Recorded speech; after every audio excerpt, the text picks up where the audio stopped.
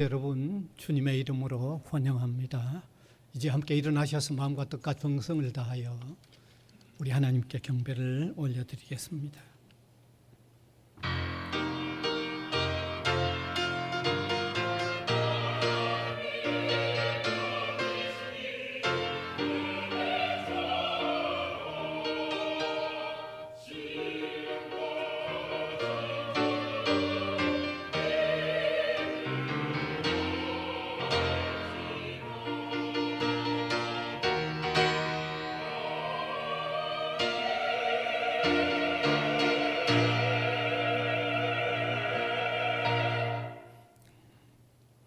주님의 이름으로 두세 사람이 모이는 곳에 함께 하시겠다고 하신 여호와 하나님, 오늘 주님의 은혜로 구원을 입은 주님의 백성들이 모인 이 자리에 임재하여 주사 우리 한 사람 한 사람과 만나 주시고 우리가 함께 어우러 드려지는 예배를 기쁘게 받으시기를 소원하옵나이다. 주님께서 우리 각각이 처하여 있는 형편과 처지를 따라 오늘도 하늘로부터 주어지는 위로가 있게 하여 주시고 주의 백성들로 살아가는데 필요한 주님의 깨우침이 있는 소중한 시간 되게 하여 주시옵소서. 예수님 이름으로 기원하옵나이다. 아멘.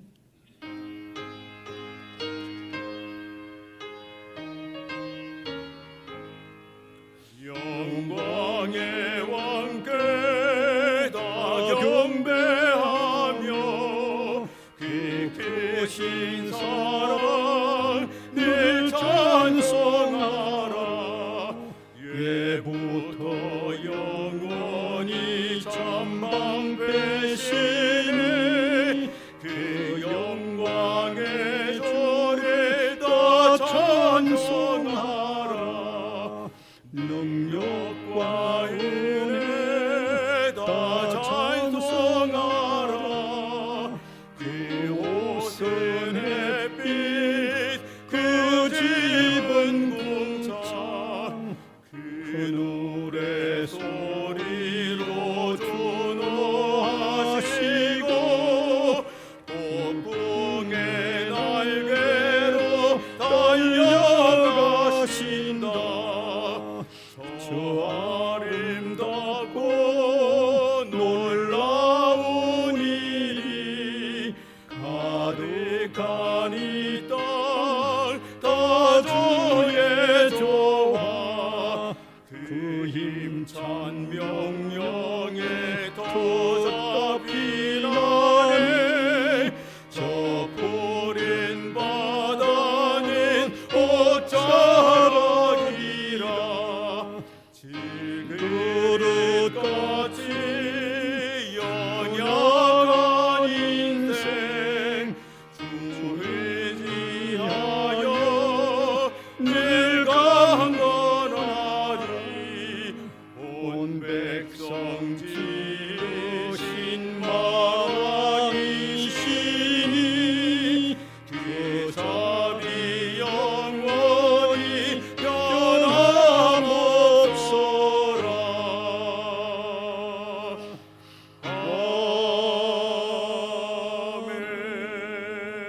아멘. 사도신경으로 우리 신앙을 고백하겠습니다. 전능하사 천지를 만드신 하나님 아버지를 내가 믿사오며 그 외아들 우리 주 예수 그리스도를 믿사오니 이는 성령으로 잉태하사 동정녀 마리아에게 나시고 본디오 빌라도에게 고난을 받으사 십자가에 못 박혀 죽으시고 장사한 지 사흘 만에 죽은 자 가운데서 다시 살아나시며 하늘에 오르사 전능하신 하나님 우편에 앉아 계시다가 저리로서 산 자와 죽은 자를 심판하러 오시리라. 성령을 믿사오며 거룩한 공회와 성도가 서로 교통하는 것과 죄를 사하여 주시는 것과 몸이 다시 사는 것과 영원히 사는 것을 믿사옵나이다. 아멘.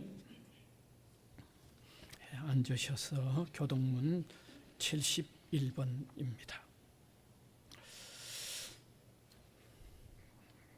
오호라 너희 모든 목마른 자들아 물로 나오라. 돈 없는 자도 오라.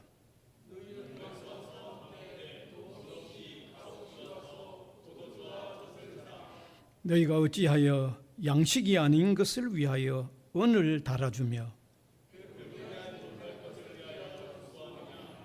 내게 듣고 들을지어다. 그리하면 너희가 좋은 것을 먹을 것이며 너희는 귀를 기울이고 내게로 나와 들으라. 내가 너희를 위하여 영원한 언약을 맺으리니 너희는 여호와를 만날 만할 때에 찾으라. 악인은 그의 귀를 불의한 자는 그의 생각을 버리고 여호와께로 돌아오라. 우리 하나님께로 돌아오라. 그가 너그럽게 용서하시리라. 아멘.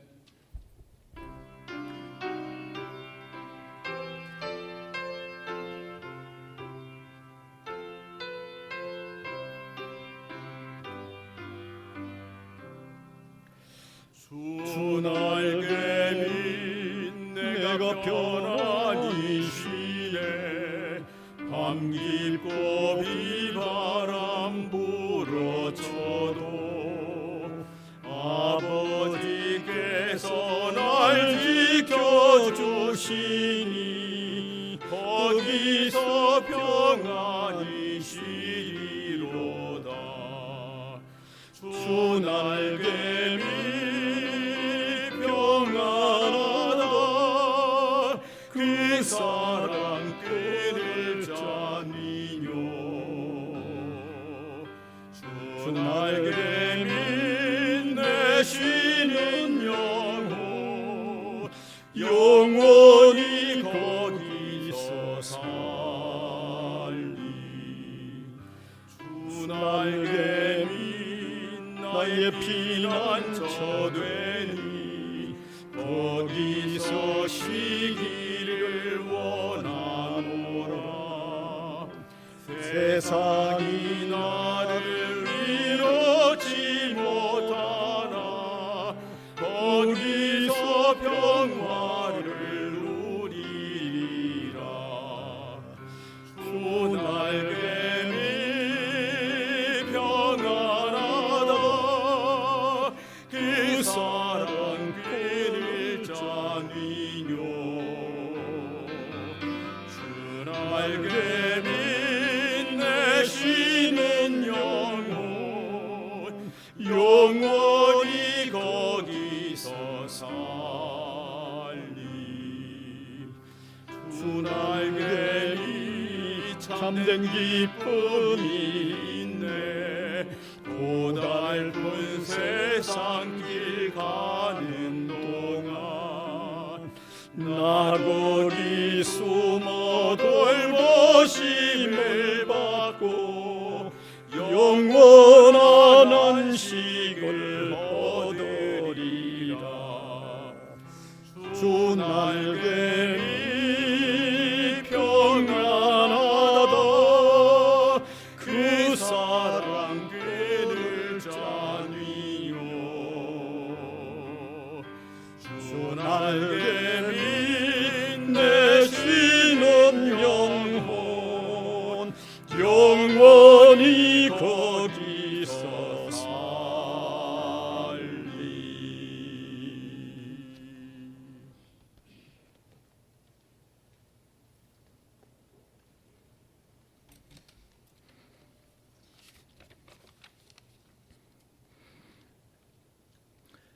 자비로우시며 사랑으로 가득한 하나님 아버지, 저희를 구원하신 하나님의 인도하심으로 저희 성도가 이 거룩한 주일 예배당에 모여 한마음 한뜻으로 감사의 예배를 드립니다.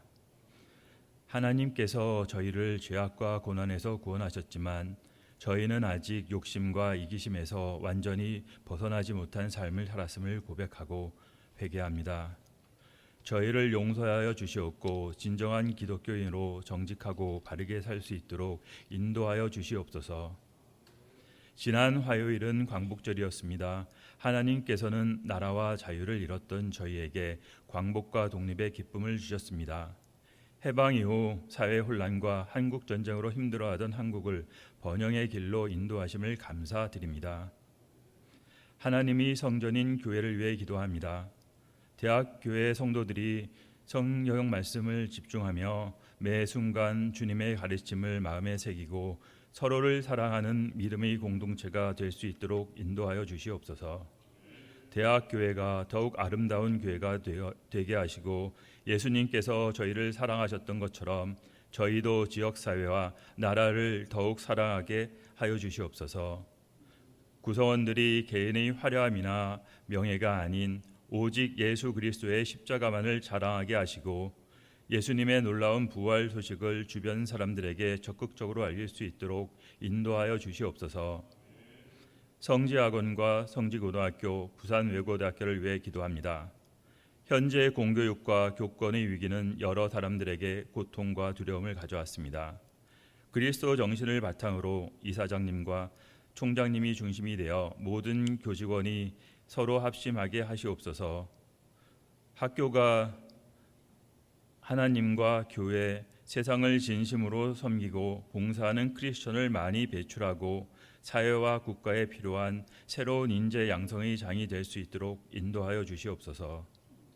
또한 세계 열방에서 온 다양한 언어와 피부의 젊은이들이 이곳에 모여 하나님을 경외하는 바른 믿음과 참 지식을 습득하여 세계 만방에 복음을 전할 수 있도록 인도하여 주시옵소서.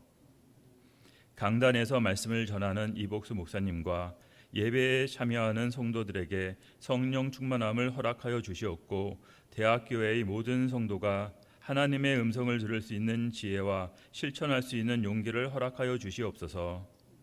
찬양으로 교회를 섬기는 성가 대원과 반주자, 예배를 위해 최선을 다하는 여러 손길을 축복하여 주시옵소서. 이곳에 하나님이 임재하시며 오직 하나님께서 큰 영광을 받으시는 참된 예배가 되기를 소망합니다. 우리 주 예수 그리스도의 이름으로 기도합니다. 아멘.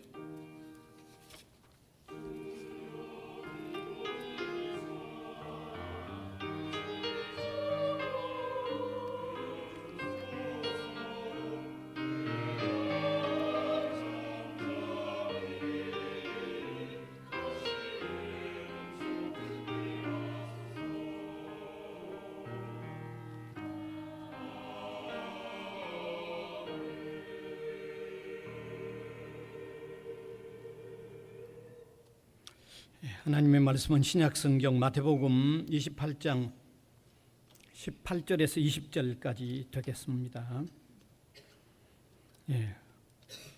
제가 한 절, 우리 회중이 한 절, 마지막 20절은 다 같이 함께 읽겠습니다.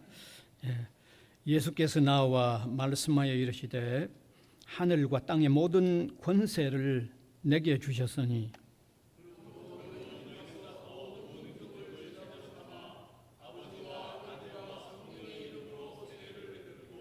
같이 읽읍시다. 내가 너희에게 분부한 모든 것을 가르쳐 지키게 하라. 볼지어다 내가 세상 끝날까지 너희와 항상 함께 있으리라 하시니라. 아멘.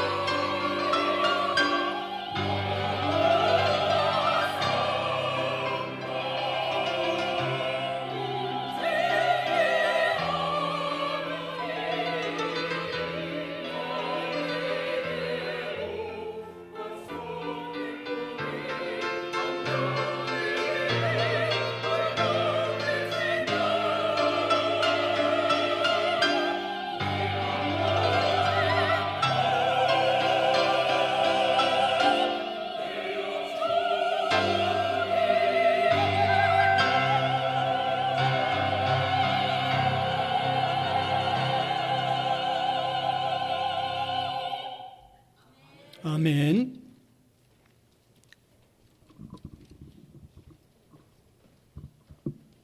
네, 오늘은 우리가 매월 한 번씩 모이는 선교회 원례회도 있고 해서 선교에 대한 주제의 말씀을 준비했습니다. 교회의 선교적 사명이라는 제목이 되겠습니다. 이 내용은 제가 선교학술지에 한번 실었던 논문인데 조금 메시지 형태로 최대한 조금 바꾸어서 오늘 이렇게 전하게 됩니다. 우리 교회에 나오시면서 선교에 대해서 조금이라도 관심이 있는 분들은 오늘 읽은 이 본문이 어떤 특수한 명칭을 지니고 있다는 걸 잘 아실 겁니다. 그 특수한 명칭이란 대위임령, 주님의 대위임령 혹은 주님의 지상명령이라고 하는 특수한 명칭이 부여되어 있습니다. 주님의 대위임령 혹은 지상명령, 영어로 The Great Commission이라고 하는데 그 의미는 예수님께서 우리 교회와 성도들에게 수없이 많은 명령을 하셨는데 그 많은 명령들 가운데 최대의 명령이 선교라고 하는 그런 의미입니다. 혹은 최후의 명령, 최고의 명령이 바로 선교라고 하는 그런 의미가 지상명령이라는 의미가 있습니다. 이렇게 교회는 주님으로부터 이런 최고, 최대, 최후의 아주 중차대한 사명으로서 선교의 명령을 받고 있기 때문에 반드시 선교적인 삶을 살아야 되는 겁니다. 예. 가장 중대한 명령을 외면하면 안 되죠. 반드시 선교적인 삶을 살아야 하는 것입니다. 피할 수 없는 겁니다. 그래서 오늘은 왜 이 선교의 명령이 우리 성도와 교회에게 그 무엇보다도 중차대한 의미를 지닌가 하는 그런 이유를 한 4가지로 밝혀드리려고 합니다. 첫 번째는 선교는 성도와 교회의 태생적 배경을 지니고 있습니다. 태생적, 다시 말하면 타고나면서 교회와 성도가 생겨나면서 타고나는 어떤 요소라는 겁니다. 타고나는 요소입니다. 사랑하는 성도 여러분, 이 세상에 처음 교회와 처음 성도가 어떻게 해서 생겼겠어요? 처음에는 사람이 한 게 아니겠죠. 하나님이 하셨죠. 처음 성도가 생기고 처음 교회가 생긴 거는 하나님이 하셨어요. 어떻게요? 하나님은 인간을 구원하는 계획을 세우셨어요. 그리고 계획만 세우셨을 뿐만 아니라 인간 구원하는 계획을 하나님이 처음 실천함으로 통해서 이 땅 위에 처음 교회가 생기고 처음 성도가 생긴 거예요.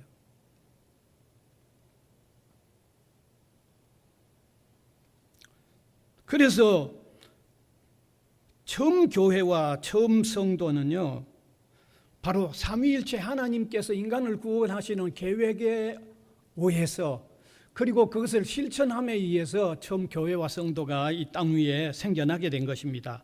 그래서 이 사실을 가르쳐서 선교의 창시자가 하나님이십니다. 선교의 주인이 하나님이십니다. 이것을 라틴어로 미시오 데이라고 하는데 하나님의 선교라고 신학적으로 그렇게 선교학적으로 그런 용어가 부여되어 있습니다. 바로 이러한 이유에서 유명한 선교학자 R.B. 카이퍼가 선교의 창시자, 복음전도의 창시자는 삼위일체 하나님이시라고 하는 것을 학문적으로 밝혀냈는데 우리가 성경을 보면 틀림없이 그렇습니다. 하나님이 창시하셨어요. 그래서 성도와 교회가 하나님이 처음 선교하심으로 통해서 시작이 되어졌고 동시에 하나님이 처음 교회와 성도가 생겨나도록 하시면서 그 생겨나는 교회와 성도는 선교하도록 하나님의 뜻을 담아서 생겨나게 한 겁니다. 그게 우리가 요즘 말로 좀 쉽게 말하면 하나님의 선교에 의해서 성도와 교회가 생겨났고, 동시에 하나님은 생겨나는 교회에 선교하도록 DNA를 담아서 교회와 성도를 만들어낸 거예요. DNA가 담겼다는 말은 뭘 얘기합니까? 선교하도록 하는 성품, 성격 담아내서 하나님이 처음 만드셨다는 거죠. 교회와 성도를. 그러면 이건 바로 태생적이죠. 태어나면서 선교하도록 하나님의 뜻이 담긴, 그리고 하나님이 세움으로 통하여 교회와 성도가 생겨난 거죠. 그러니까 태생적이죠. 태어나면서 타고나는 거예요. 여러분, 우리가 일반적으로도 태생적이라는 말은 참 강한 말입니다. 태생이라는 말은 태어나면서 가지고 나는 걸 얘기하죠. 여러분 중에 김씨로 태어난 사람은요, 태어나면서 김씨로 난 거예요. 그래서 김씨로 살아야 돼요. 그게 태생이에요, 태생. 여러분 중에 남자로 태어난 분은 남자로 살아야 돼요. 그게 태생이에요. 태어나면서 고유하게 가지고 난 DNA예요. 그렇죠. 틀림없죠. 이처럼 태생이라는 의미는 강한데, 성도와 교회가 하나님의 선교 실행으로 생겨났을 뿐만 아니라 선교를 수행하도록 하는 DNA를 담아서 만들어냈다고 하면 그건 아주 강력한 말이죠. 선교를 피할 수 없다는 말입니다. 반드시 선교하지 않으면 안 된다는 말입니다. 그래서 유명한 선교학자 요하네스 블라우라는 사람은 아주 중요한 말을 했는데, 한번 띄워주시면 같이 한번 읽읍시다. 같이 읽읍시다. 시작. 교회는 선교운동의 실태와 상관없이 선교적 교회다. 그러니까 교회가 뭐 선교하느냐 안 하냐 그 모습이 나타나기 이전에 교회라고 하면 선교하도록 그 속에 씨가 담겨 있다, 그 말입니다. 하나님이 세울 때 그렇게 씨를 심었다는 말입니다. DNA를 담았다는 말입니다. 그 다음에 데이비드 보시라고 아주 아프리카에서 유명한 선교학자가 있는데, 그분은 뭐라고 했는가 하면, 똑같이 읽읍시다. 이런 아주 학자들의 말도 성경에 아주 근거한 말이니까 참 중요하죠. 같이 읽읍시다. 시작. 교회와 선교는 처음부터 결합된 것이기 때문에 교회 없는 선교나 선교 없는 교회는 둘 다 모순이 있다.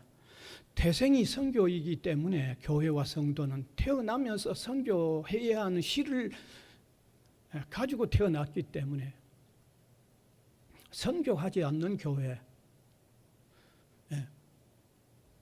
교회 없는 선교는 성립이 안 된다는 말입니다. 이거 얼마나 강한 말입니까, 이게? 왜? 태생이 그렇기 때문에, 그런 DNA를 가지고 태어났기 때문에 반드시 그래야 한다는 거죠. 그 다음에 두 번째 중요한 의미는, 선교는 성도와 교회가 세상에 존재하는 목적이기 때문에 그처럼 중요한 거예요. 성도와 교회는 하나님이 선교하시는 DNA를 가지고 태어났다고 하면 세상에 존재하는 목적이 선교를 수행하기 위하여 존재하는 겁니다. 이게 교회와 성도가 세상에 있을 동안에 존재하는 목적입니다. 그 목적 때문에 존재하는 겁니다. 물론 그 목적을 수행하는 데는 아무나 할 수 있는 게 아니고, 하나님이 특별한 은혜를 입혀주시는 사람, 다시 말하면 구원의 은혜를 입은 사람이 그 일을 할 수 있기 때문에 먼저 구원의 은총을 입혀주시는 거죠. 그 다음에 영원한 사죄와 영원한 생명을 가지고 영원한 하나님 나라의 백성이 되어 있는 이 특별한 은총을 먼저 입히워 주셔서 그 일을, 그 사명을 감당할 수 있는 성도와 교회가 되게 하신 것입니다. 그런데 그렇게 되어진 교회와 성도는 세상에 있는 한은 하나님으로부터 부여받아 생겨난 DNA 그 시행하도록 하는 목적에서 세상에 존재하는 거예요. 그걸 위해서 존재하는 거예요. 우리가 이 사실을 베드로전서 2장 9절을 보면 분명히 알 수 있습니다. 베드로전서 2장 9절은 아주 참 중요한 말씀인데 제가 같이 읽읍시다. 시작. 오직 너희는 택하신 족속이요 왕같은 제사장들이요 거룩한 나라요 그의 소유된 백성이니 이는 너희를 어두운 데서 불러내어 그의 귀한 빛에 들어가게 하신 자의 아름다운 덕을 선전하게 하려 하심이라. 아멘. 우리를 택하신 족속이요 왕같은 제사장이요 거룩한 나라라고 했어요. 구별된 하나님의 거룩한 공동체로 만들었다는 거예요. 구별된 하나님의 거룩한 공동체로 왜 만들었느냐? 그 목적은 그의 기이한 빛에 들어가게 하신 자의 아름다운 덕을 선전하게 하려 하십니다. 그의 기이한 빛에 들어가게 하신 일이 뭡니까? 우리가 주님의 그 기이한 빛에 들어가게 하신 일을 뭘로 이해합니까? 그게 복음이잖아요. 바로 저 일을 하도록, 저 일을 선전하도록 우리를 불렀다고 하면 우리가 복음 전도 선교적인 사명, 그 목적을 위해서 세상에 우리가 형성되어 있다는 것을, 교회로 형성되어 있다는 것을 너무 분명히 알 수 있잖아요. 성경이 아주 명료하게 얘기하고 있잖아요. 너무 분명하죠. 너무 분명하죠. 그래서 벤 엥겐이라고 하는 유명한 선교학자는 아주 교회가 왜 세상에, 성도가 왜 세상에 존재하는가의 목적을 이 말씀, 저런 말씀의 토대 위에서 밝혀놓고 있는데 어떻게 얘기하는지 한번 보면 좋겠습니다. 같이 읽읍시다. 교회는 세상 안에서 선교함으로 그의 소명을 실천하게 되고 하나님의 선교에 동참함으로 교회의 본질적인 목적을 발견하게 된다. 교회의 본질적인 목적이 선교하는 데 있다는 거예요. 선교하는 데. 바울도 이런 본질적인 목적을 얼마나 잘 표현하고 있는지 모릅니다. 바울도 정말 하나님의 나라가 너무 좋아서 그 영원한 세계에 가고 싶지만은 그러나 이 땅에 존재하고 있는 동안의 목적은 선교적인 삶을 위해서, 복음 전도를 위해서 존재하고 있다고 바울도 개인적으로 피력하고 있죠. 이건 우리 모든 신자에게 마찬가지예요. 우리 교회가 존재하는 목적도 마찬가지예요.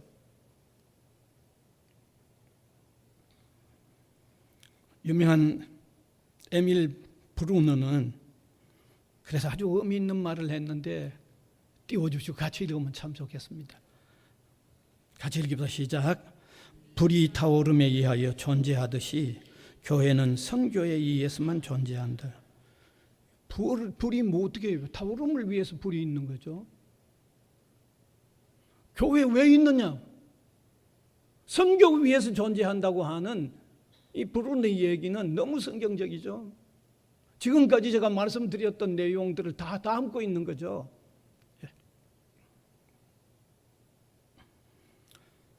바로 이러한 이유와 강조들은요, 성도와 교회의 존재하는 목적만을 밝히는 게 아니라 한 걸음 더 나아가서 존재 목적이 선교인 성도와 교회는 선교를 수행해야만 교회로서, 성도로서의 참된 가치를 발휘한다고 하는 것까지도 포함되어 있는 겁니다.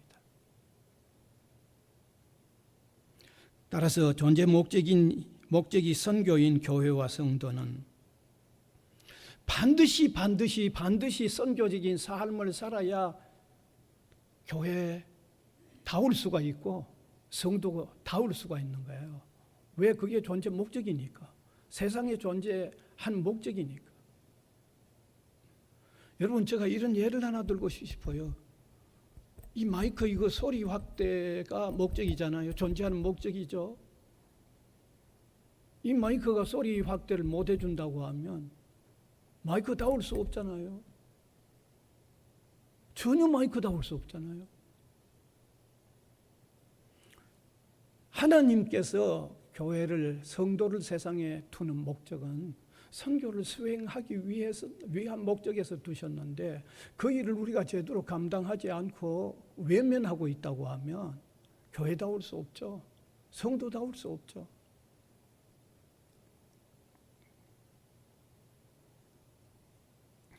그래서 우리 교회와 성도의 세상에 존재하는 목적은 뭐 나중에는 영원한 세계에 가서 거기에는 선교적인 삶을 살아야 할 이유가 없지만은 세상에 존재하는 한은 선교의 목적 때문에 있는 거예요. 그걸 감당해야만 교회답고 성도다울 수 있다는 거죠. 이게 얼마나 중요한 이유가 아니에요? 너무너무 중요하죠. 그러니까 우리 교회와 성도들에게 그 중차대한 지상 명령을 예수님은 주신 겁니다. 그 다음에 세 번째 이유는 선교는 성도와 교회의 핵심 과제이기 때문입니다. 제가 지금까지 성도와 교회는 그 기원에 있어서 선교적 DNA를 가지고 태어난다고 그랬고 또 선교를 수행하기 위한 목적 때문에 존재한다고 그랬습니다. 그러면 세 번째는 당연히 선교는 교회와 성도의 핵심적 과제일 수밖에 없죠. 다시 말하면 선교는 성도와 교회가 해야 하는 다양한 일들 가운데 가장 중심적인 일이고 가장 핵심적인 일이라는 겁니다. 이것은 해도 되고 안 해도 되는 일이 아니라는 겁니다. 반드시 하지 않으면 안 되는 일이라는 겁니다. 다시 말하면 우선순위에 있어서 제일 중요한 일이라는 겁니다.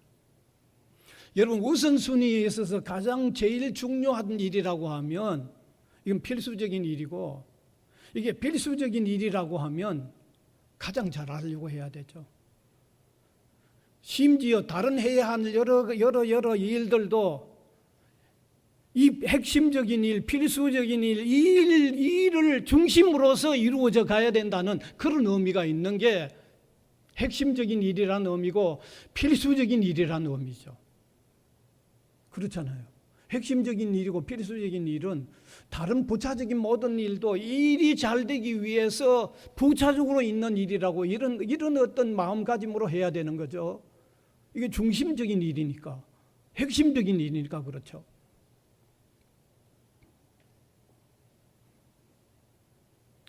그래서 존 T. 시맨드라고 하는 학자가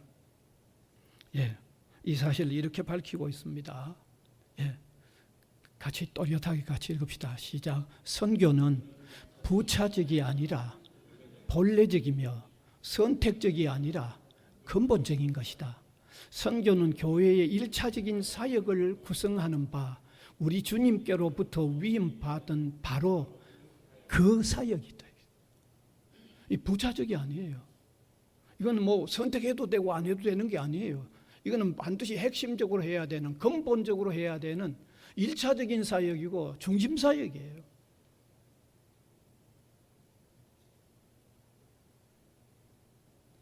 그래서 유명한 선교학자 피트 와그너가 이게 선교가 이게 선택 사역이 아니고 교회의 성도의 필수적인 사역이라는 것을 재미있게 표현을 했는데 이렇게 표현했어요.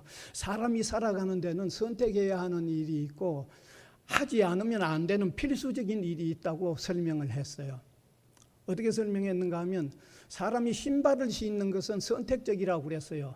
뭐 우리는 신발을 뭐 반드시 신어야 하지만 아프리카 같은 데 가면 맨발로 다니는 사람도 있기 때문에 이거는 선택사항이에요. 그런데 먹는 거는 선택사항이 아니에요. 필수예요. 아주 재밌게 표현했죠. 그 다음에 또 이런 말을 했어요. 사람이 차를 사서 운전하는 것은 선택사항이라고 그랬어요. 그러니까 차 사서 운전하는 사람도 있고 대중교통 이용하는 사람도 있고 그렇죠. 이건 필수는 아니잖아요. 그런데 차를 한번 운전하기로 했다고 그러면 좌측으로 가느냐 우측으로 가느냐 하는 것은 그거는 따르는 것은 필수라고 그랬어요. 그건 틀림없죠. 우측 통행하는데 혼자 좌측 통행하면 그 교통사고 나서 죽잖아요. 왜 이렇게 표현했느냐 하면 아주 재밌게 표현을 했는데, 선교는 교회의 선택사항이 아니고 조금 전에 제가 설명한 것처럼 안 하면 안 되는 필수사항이라는 것을 강력하게 표현하려고 이렇게 재밌게 표현을 했어요. 그래서 우리가 바르게 알아야 합니다. 선교란 교회가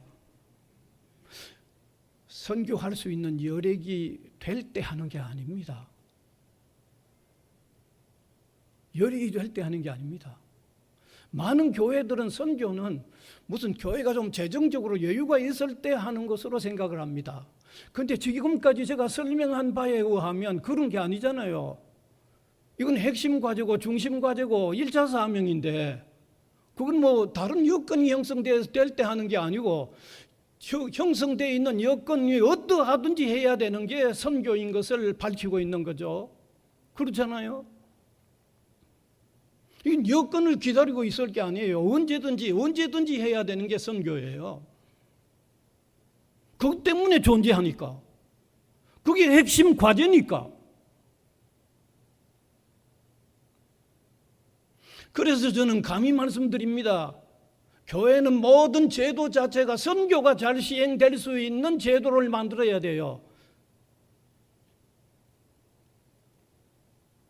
다시 말하면 교회 모든 조직들이 선교가 잘 수행될 수 있는 중심으로 만들어지고 운영되어져 가야만 그 교회가 교회의 존재 목적을 제대로 발휘할 수 있다는 겁니다. 그만큼 중요하다는 거예요.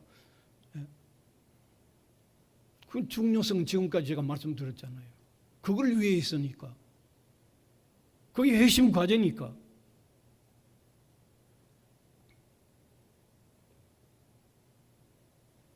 그 다음 마지막 네 번째는 선교를 수행하는 성도와 교회가 세상 끝날까지 존속할 수 있도록 하는 수단이기 때문입니다. 유일한 수단이기 때문입니다. 여러분, 제가 물어보고 싶습니다. 하나님께서 복음이 전파되어 인간을 구원하시는 일을 늦어도 언제까지 하시겠습니까? 늦어도 언제까지 하실까요?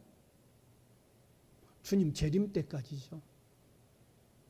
그러면 주님 재림 이후에는 기회가 없죠. 재림 때까지 복음이 전파되어지고 선교가 수행되어 구원하는 일을 하나님이 하시는데, 그때까지 누구를 통해서 그 일을 하셔요? 하나님이 교회와 성도를 통해서 그때까지 그 일을 하시는데, 그러면 그때까지 교회와 성도가 이어져 가야 되잖아요. 그런데 교회와 성도가 주님이 재림에 오시는 그날까지 다음 세대 또 다른 어느 곳에 해서 계속해서 세워져 나갈 수 있도록 하는 유일한 방편이 뭡니까? 누가 대답해 주시면 제가 계속하고, 안 그러면 마칩시다. 유일한 방편이 뭡니까? 그건 선교를 수행해야 그 일이 계속되는 거예요. 그렇잖아요. 여러분, 교회가 찬양이 중요하다고 해서 모여서 계속 찬양만 하면 그 다음 세대에, 그 다음 어느 곳에 교회가 성도가 또 생깁니까? 교회 예배가 중요하다고 모여서 예배만 계속 드리면 다음 세대 다른 어느 곳에 계속해서 교회가 또 생기고 성도가 또 생깁니까? 교회의 친교가 중요하다고 모여서 친교만 계속하면 다음 세대 다음 어느 곳에 또 교회가 생깁니까? 교회가 교육이 중요하다고 해서 모여서 교육만 계속하고 있으면 다음 세대 다음 어느 곳에 교회가 계속해서 생깁니까? 아니잖아요. 그러한 요소들은 교회가 교회다움을 이룩해 가는데 아주 중요한 사실인 것은, 중요한 요소인 것은 틀림없지만, 교회가 다음 세대, 다음 어느 곳에 주님이 오실 때까지 계속해서 이어져 가게 하는 유일한 수단, 유일한 방편은 선교잖아요. 선교잖아요. 그러니까 얼마나 중요합니까?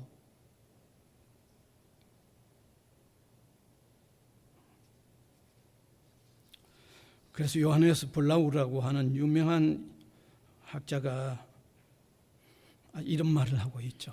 띄워주시면 좋겠습니다. 같이 읽읍시다. 시작. 복음 전파란 세상이 아닌 바로 교회 자신의 생사가 달린 문제라죠. 교회가 계속해서 이어져 가느냐 안 이어져 가느냐, 주님 오실 때까지 계속 되느냐 안 되느냐, 생사가 달린 문제가 선교라는 거예요. 선교. 그 다음에 또 이어서 계속 뭐라고 하는지 봅시다. 예, 이것이 있음으로, 선교를 말하죠. 이것이 있음으로써 과거의 교회가 하나님의 의지의 세계에 있었던 것이고 지금 세계 안에 세계를 위해 존재하며 또한 그로 인하여 역사의 완성 때까지 교회는 존재한다. 처음 교회가 생긴 것도 하나님의 선교의 의지 때문에 생겼고 지금 교회가 있는 것도 지난날 누가 선교해서 지금 있고 역사의 완성 때까지도 계속 교회가 하나님의 복음을 전하는 사역을 해야 되는 도구인데 그 도구가 계속해서 있으려고 하면 선교해야 그 일이 된다는 겁니다. 참 간단하게 말했지만 너무너무 중요한 말을 하고 있죠. 이처럼 중요한 의미가 있기 때문에 예수님께서 하필이면 하고 싶은 말이 너무너무 많을 텐데 마지막 최대의 부탁으로 선교적인 삶을 살라고 얘기한 이유를 이제 아시겠죠? 이유를 아시겠죠? 예. 이유가 너무 분명해지잖아요.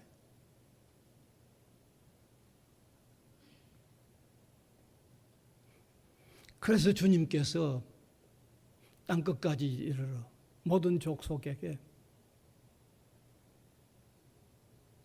복음을 전하는 선교적인 삶을 살라고 하는 지상명령을 성도와 교회에 주신 것입니다. 그래서 저는 지금까지 교회의 본질적인 사명이 왜 선교인가를 조금 선교학적으로 한번 밝혀드렸습니다.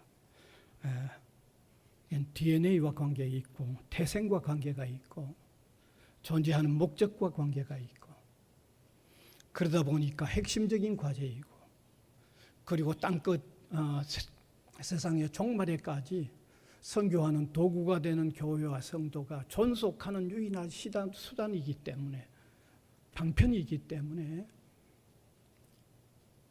선교의 명령을 최대의 명령으로 주셨다는 말씀을 드렸습니다.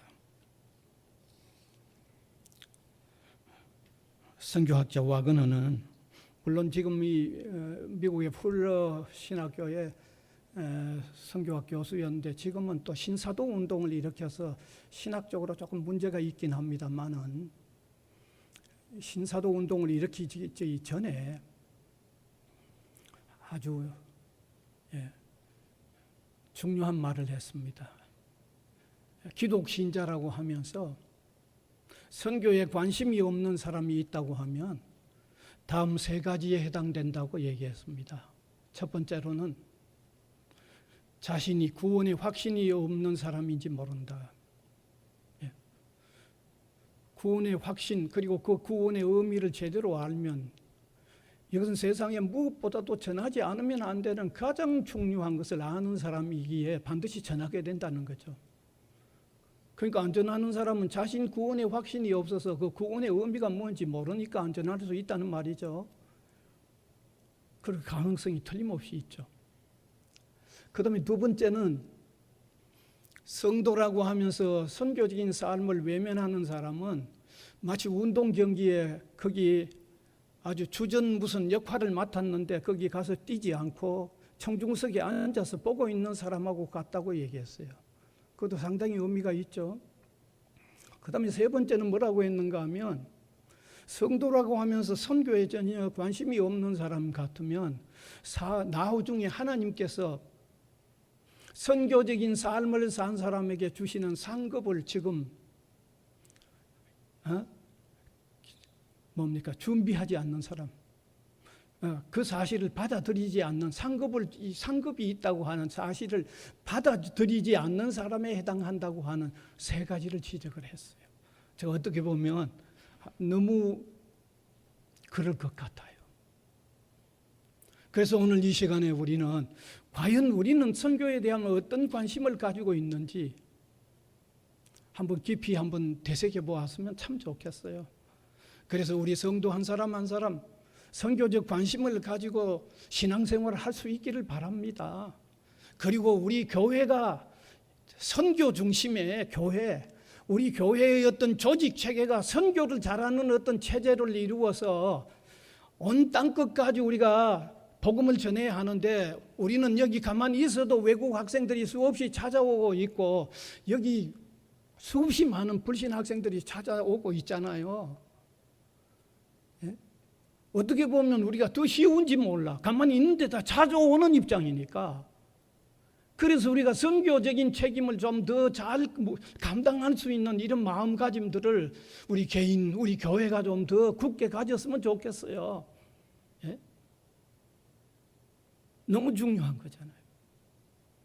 그래서 이제 마지막으로 한 선교사님의 부인이 선교적인 삶이 얼마나 고귀하다는 것을 아주 표현해 놓은 한 글을 제가 소개하고 싶어요. 우리 고신세계 선교부에 속한 강준구 선교사라는 분이 금년 5월에 대만에서 선교 사역을 하다가 뇌출혈로 세상을 떠났어요. 51세입니다.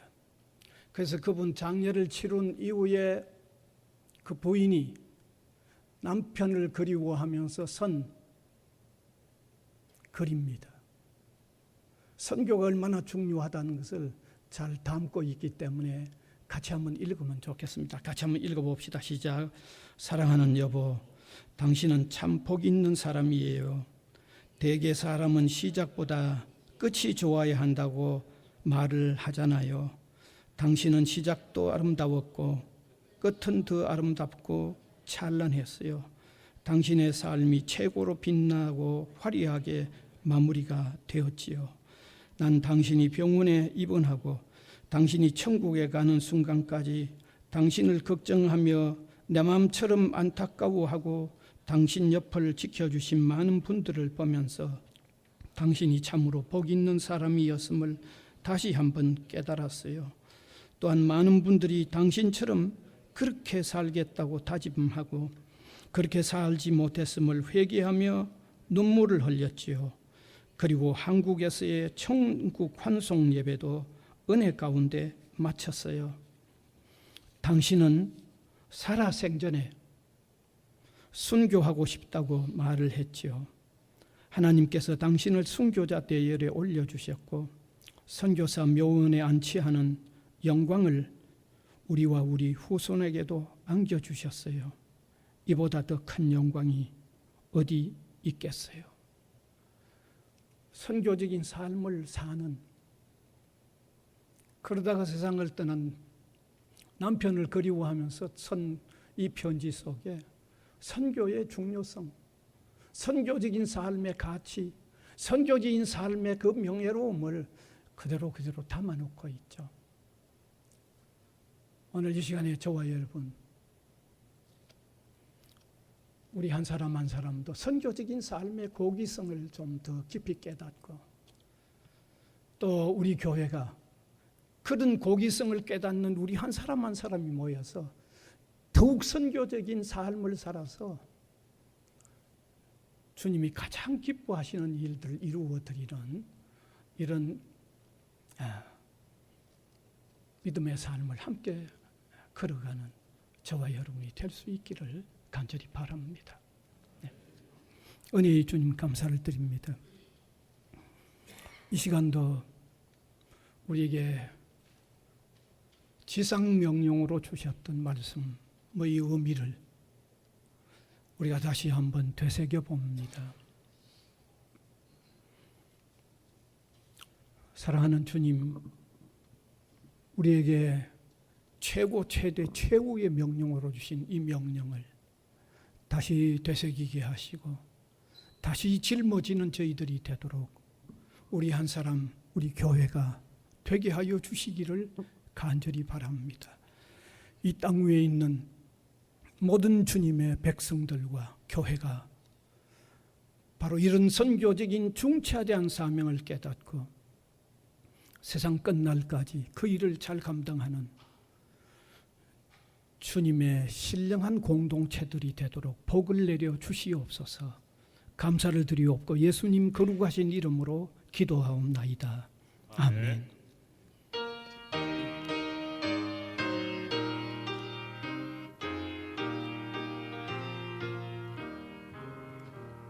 옳은 길 따르라 우리의 길을 세계 만민의 참된 길, 이 길 따라서 살기를 온 세상에 전하세.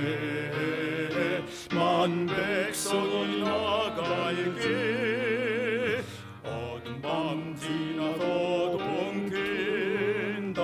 환한 빛 보아라 저배, 주 예수의 나라 이 땅에 곧 오겠네 오겠네. 주 예수 따르라 승리의 주, 세계 만민이 나아가 길과 진리요 참 생명 내 참동을 부수고 다 따르라 화평원. 어두운 밤 지나도 동튼다. 환한 빛 보아라 저비, 주 예수의 나라 이 땅에 곧 오겠네 오겠네. 놀라운 이 소식 알리어라. 세계 만민을 구하려 내 주 예수를 보내신 참 사랑의 하나님, 만 백성이 따르길. 어두운 밤 지나고 동튼다. 환한 빛 보아라 저빛, 주 예수의 나라 이 땅에 곧 오겠네 오겠네. 고난 길 헤치고 찾아온 길, 많은 백성을 구한 길, 모두 나서 믿으면 온 세상이 마침내 이 진리에 살겠네. 어두운 밤 지나고 동튼다. 환한 빛 보아라 저빛, 주 예수의 나라 이 땅에 곧 오겠네 오겠네. 주님의 은혜를 감사드립니다.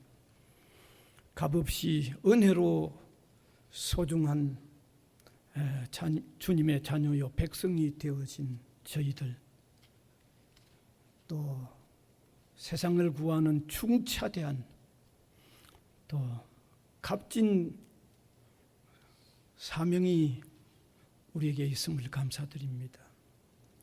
세상 살면서 세상 정말 하찮은 것에 짓눌려 사는 저희들이 되지 말게 하시고 선교에 깃발을 높이 들고 의미 있고 가치 있고 보람된 일을 위하여 더욱 힘차게 달려가는 저희들이 되도록 은혜를 입히워 주옵소서. 우리 교회가 되게 하시고 우리 성도가 되도록 은혜를 입히워 주옵소서. 이 시간도 감사하여 드려지는 이 귀한 헌금들이 바로 이렇게 복음 전파의 선교지인 일에 소중하게 쓰여지도록 도와주시고, 헌금하는 또 어려워서 하지 못하는 사람들, 모든 사람의 그 손길을 굳게 붙잡으시고 가치 있는 삶을 힘차게 걸어가도록 도와주시옵소서. 우리 학원 위에도 주님이 계속하여 베푸시는 은혜와 인도하심이 날마다 새롭고 충만하게 하여 주시옵소서. 예수님 이름으로 기도하옵나이다. 아멘.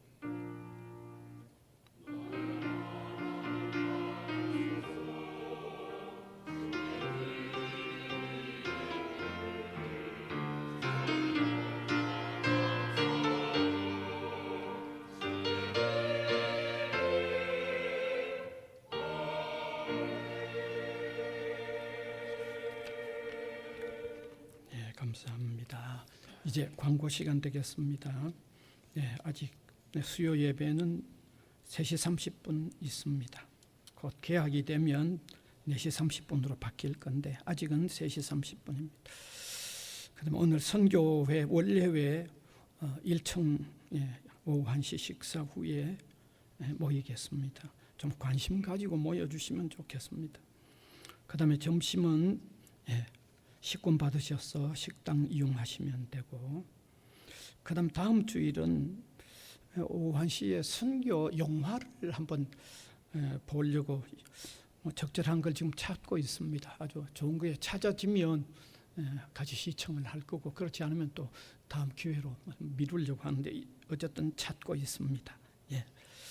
광고 이상입니다. 함께 일어나셔서 635장 찬송 드리겠습니다. 헌금 한번 보시면 좋겠네요.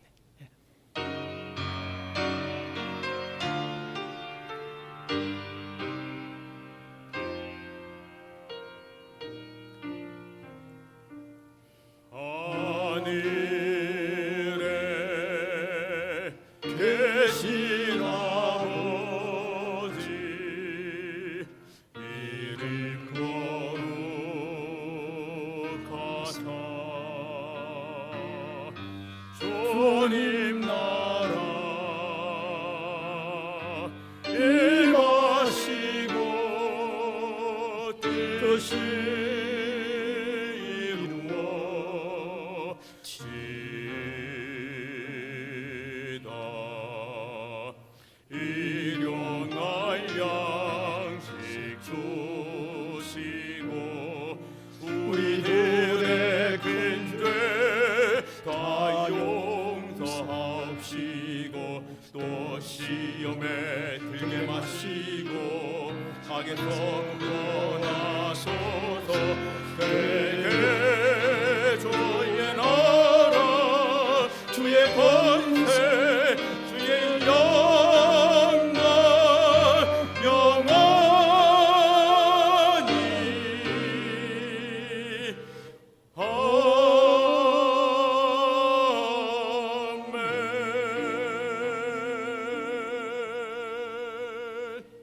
우리 구주 예수 그리스도의 은혜와 하나님 아버지의 무한하신 사랑하심과 성령님의 감화 감동 교통해 나가시는 역사가 예배로 영광을 올려드리는 주님의 백성들 한 사람 한 사람 위에와 복음을 위하여 세워진 이 기관 위에 항상 함께 있을지어다. 아멘.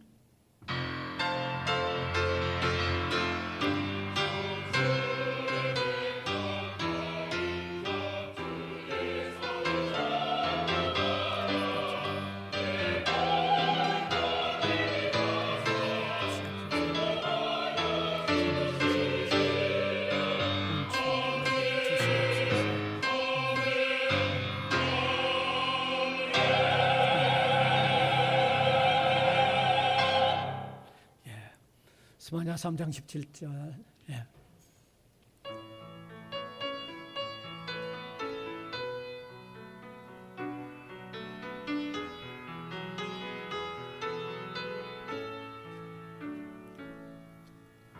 너의 하나님 여호와가 너희 가운데 계시니 그는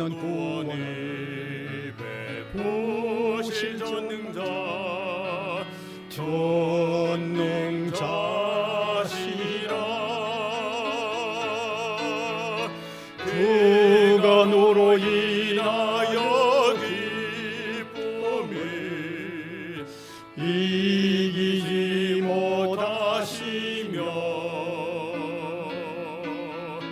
너를 잠잠히 사랑하시며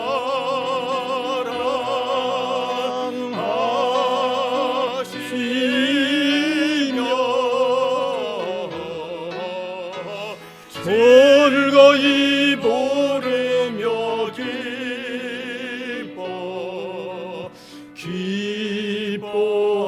기뻐하시리라. 즐거이 부르며